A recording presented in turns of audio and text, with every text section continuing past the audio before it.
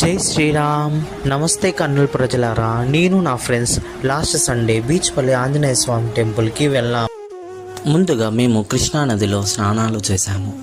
కృష్ణానది దగ్గర ఎంతోమంది భక్తులు కార్తీక మాసం సందర్భంగా కృష్ణానదికి పూజ చేసి దీపాలను వదులుతున్నారు. కాకుండా కృష్ణానది ఒడ్డు తీరాన జమ్మి వృక్షం కింద నాగదేవతలు ఇంకా లక్ష్మీనరసింహ స్వామి వారు ఇంకా మహాదేవుల వారు మనకు దర్శనమిస్తారు. స్వామివారి యొక్క రాజగోపురము. మేము రాజగోపురం ద్వారా లోపలికి స్వామివారి దర్శనానికి వెళ్ళాము. ముందుగా గజస్తంభాన్ని మేము నమస్కరించుకొని ముందుకు వెళ్ళాము.